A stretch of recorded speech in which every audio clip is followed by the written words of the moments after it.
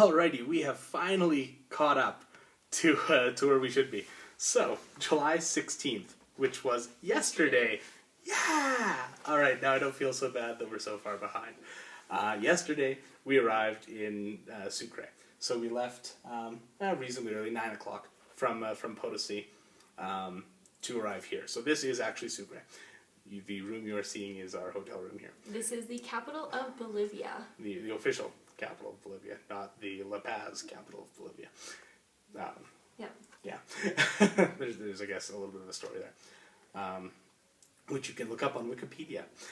So it was about a 3-hour ride here. We had another kind of private transfer, which those have been awesome.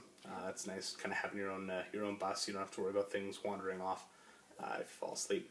This one, again, did not have a washroom, so we stopped at it was the crossing between, I don't know if they're called provinces, departments, states here. Yeah. Depending on who you talk to, they're called different things.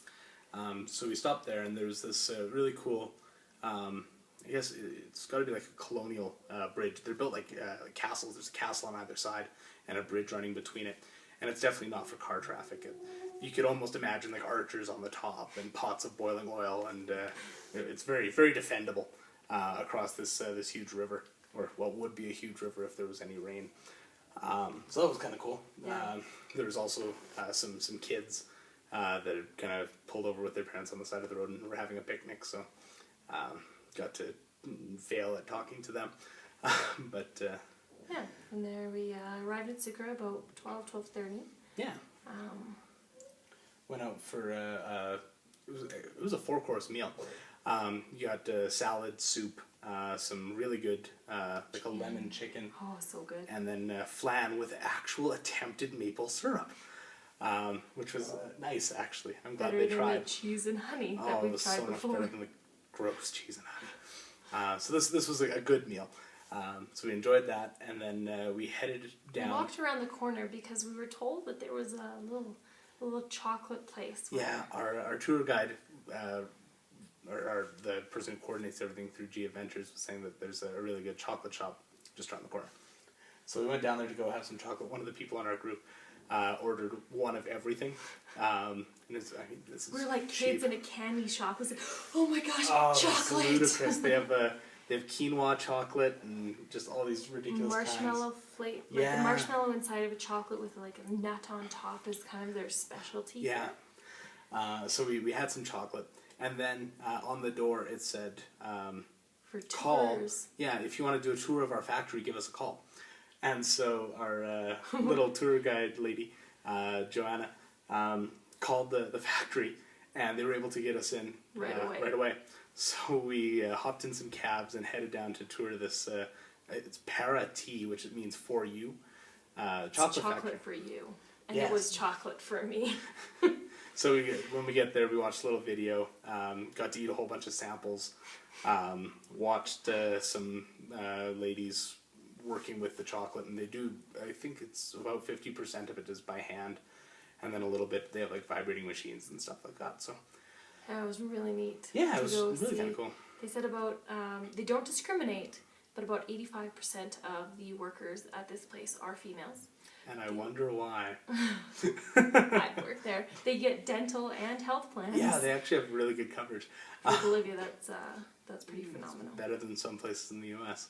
So it was really kind of cool to wander around the chocolate factory. We saw kind of the soccer stadium and stuff in Sucre is down near there as well. Then we hopped in cabs and headed back to go look at the different tours that were available. We're in Sucre for 3 days. 2.5 days, yeah. 2 nights. So they were offering There's a wide variety of things that you could do. I guess with this being the capital, I think things are a little bit overpriced. Overpriced in Bolivian terms, maybe not in Canadian dollar terms by the time you do the conversion, but we decided that most of it we could probably just walk and tour ourselves. So we didn't end up signing up for any tours there. But from there we headed over to this, it's like a Dutch bar. Dutch fusion thing. They have a lot of Van Gogh, and they had like bitterballen and all these kind of Dutch specialties. Dutch beer, Dutch. Yeah. We have a girl on our tour who is from Holland or Netherlands or. Yeah. So we hung out there for a bit. The place is kind of weird in that at about 9:30, the smoking laws change. You're suddenly allowed to smoke indoors here. So up until 9:30, no smoking, and then it's just. Yeah, and at 9:30 I left. Yeah, so Laura pieced out at about 9:30. I stayed there for a little bit longer because also at 9:30 it becomes 2-for-1 drinks. So we started the night off there, and then we headed over to a little kind of pub disco thing where we got our own. We had literally our own floor almost in this building, and our own DJ. And so we had a few more drinks and we're kind of partying it up. He got home a little late. There's only one key for the doors in most of these places, so I had to stay up and kind of wait for him to get back to the hotel. That's okay. Caught up on some reading, got some stuff done. So. Yeah, and I'm now a hero among karaoke singers for my awful rendition of "Some Nights" by Fun. So we'll see how that haunts me for the rest of this trip.